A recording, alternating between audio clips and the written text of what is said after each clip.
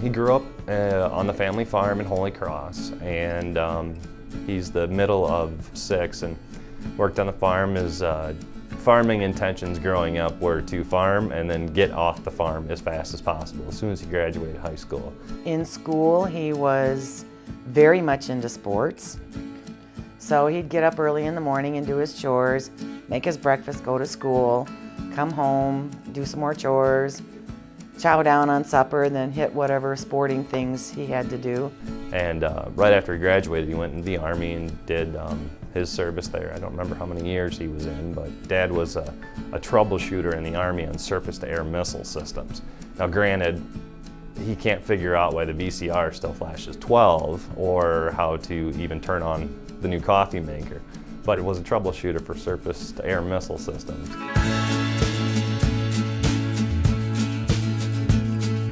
The first time I met Bob, we were both working at the Dubuque Packing Company. Mom was in the office. She was one of the secretaries for the sales staff, and Dad was on the assembly line. Shortly after I started working there, I joined the Friday night group. We were at a place called the Crow's Nest, which is now a Days Inn, I believe. It's right below Mercy. Anyway, they had a band there, and so we started dancing, and something just kind of clicked there. Sparks flew, and they were married 2 years, and it was 2 years after that that Dad started at John W. Law, which became Honkamp Krueger.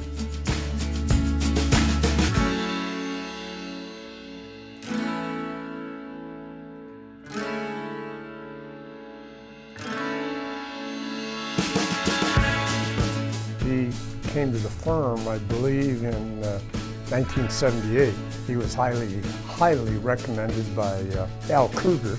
Arnie and the other partners, I was just a peon at the time. They bought a practice out in Manchester and asked me if I'd go out and run it. Well, now they needed somebody in Dubuque to handle Section 3, which was the section that I was managing at the time. And so I said something to Bob about it, and he said, yeah, I might be interested. It was a situation where we really couldn't lose. We knew he didn't know much about taxes. We didn't either, so it wasn't any big deal one way or another. I asked Bob, I said, so how's it going? And he goes, boy, that was the worst mistake I ever made. And I go, what do you mean? He says, I got to work too much. And I go, well, welcome to public accounting.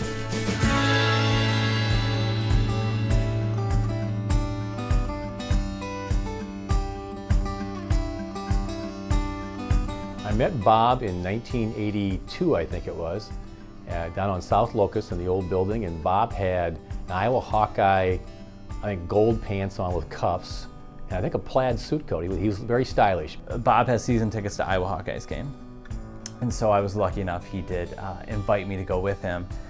I got home at 2 o'clock that morning.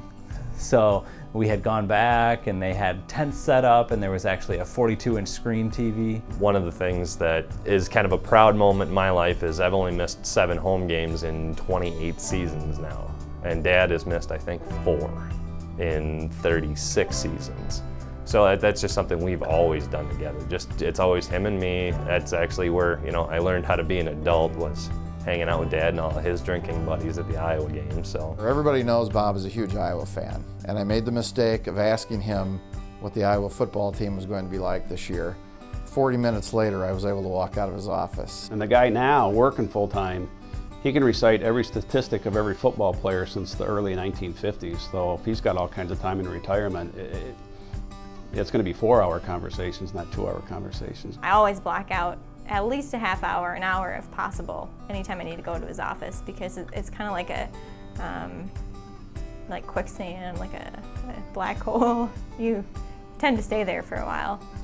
In a way, I always dreaded going into Bob's office because I knew if I asked him a question that it was going to probably take 15 or 20 minutes before he unloaded all of the information, of which 98% of it really I wasn't interested in. He just amazes you on a daily basis, that his overwhelming breadth of knowledge in so many boring areas. It's quite impressive. I would say that he's been very beneficial to my clients, but beyond that, my chargeable time is probably about 2.5% less because of the endless conversations we've had over the years. I first met Bob through Golf League, actually. Bob was a pretty bad golfer back then.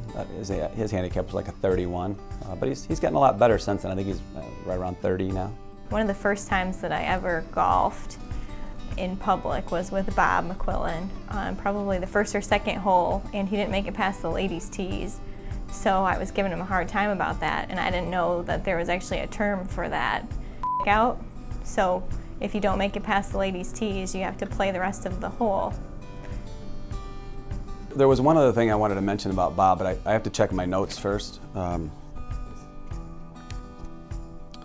Yeah, I can't remember what it is. I'll have to come back to that. Not really. The funniest thing that I can remember was his episode on the golf course on the first tee. The first hole at Thunder has a little pond off to the right, and one of the guys in the foursome hit his tee shot in there, and so Bob's kind of leaning over, seeing if he can see it in there. Why, I don't know, because if it's not on the edge, nobody's going to go in there after it anyway. He was so intent on getting that ball back because he could see it on the edge, just leaned a little bit too far. And slipped and fell in the pond at Thunder Hills and broke his right arm. Kind of hit, rolled over, come back up with slime all over himself, and we were just all on the ground rolling around laughing. We were laughing so hard. So he's the only guy I know who's broken an arm retrieving a golf ball.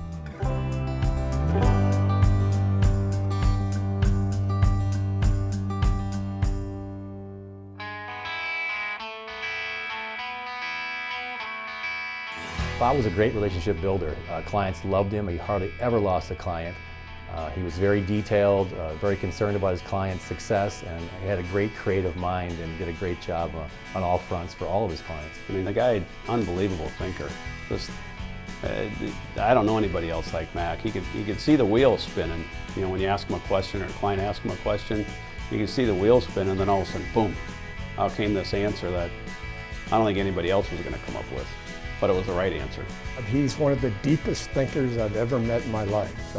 And it shows in, you know, when he's talking to you, all that deepness is coming out. And it takes a while for it to come out, but he's extremely social for a guy that, with his detail orientation, when he gets social, it just all blows away. Bob's the one, whether it was learning to write or learning the tax code and learning the accounting side of things. Bob really kind of took me under his wing when I started and basically helped develop me all the way through. Bob actually was the catalyst for my career at HK Financial, and I'm sincerely forever indebted to Bob. He's probably one of the biggest proponents of his clients that I've ever met. We handle a lot of IRS audits together, a lot of sales tax audits together, and he'll try any which way but north to find a way out for the client. I wouldn't be where I am today, there's no doubt. I wouldn't be where I am today at HK and progressing as I am in the firm if it wasn't for him. He's been one of my biggest supporters. Well, he's very knowledgeable in tax, and every time if you had a question you didn't know the answer to, he always took the time to answer your question. he developed into one heck of a tax CPA, quite frankly. And I've met a lot of them over the years, and I'd put Bob near the best.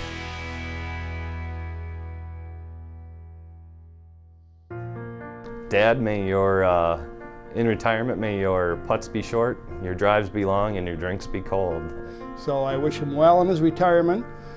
I know he'll be the same old Bob. He'll be focusing more on the social side of things, I'm sure, and I'll see more of him. He's been a great influence on my career, and I've learned a lot from him, and I'm going to miss him a lot. I hope Bob's retirement goes really well, and I hope you get a lot of good weather for golfing, and I hope you and Linda have a lot of fun with the family.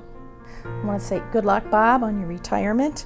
And I actually will probably save some money because I will no longer have anybody to bet on the Yankees Twins. Bob, I hope you enjoy your retirement. I know you've worked hard for it over all these years, and I hope you have as much fun in retirement as you did working here. Bob, don't be a stranger.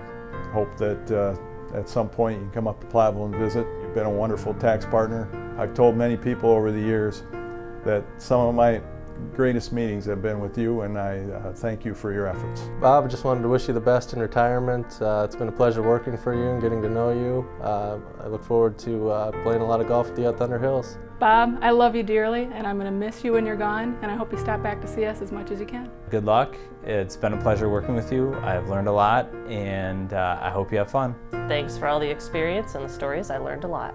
Bob, I wish you all the best in your retirement. I am grateful for all the time that I have had to spend with you and all the knowledge that I've been able to gain. No, I wish you nothing but the best. You've been great to work with, and you were one of the reasons that I chose to come back, working with people like yourself. Mac, I appreciate you giving me an opportunity almost 29 years ago, like I said before. You're a big reason for the success that I've had here at Honkamp Krueger, and thanks for giving me a chance, and I couldn't have done it without you. I hope you have a great retirement and look forward to seeing you a lot more. Bob, I want you to know how much I really appreciate the impact you've had on my career, my life, and my family, and I sincerely thank you for being a part of that and helping to give me an opportunity at HKFS. So I'd just like to congratulate Bob for all his hard work over the years, and hopefully he enjoys retirement as much as I do. Bob, we're going to miss you. I'm personally going to miss you a ton. I relish the time we've had together, and I hope that you stick around and stop in a lot. I thank him for his years of service. He did a tremendous job for us. He'll be missed, and I wish him tremendous good health and enjoying the retirement years.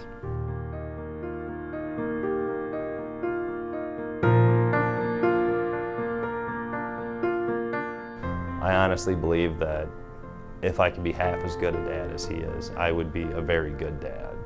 He's one of the best.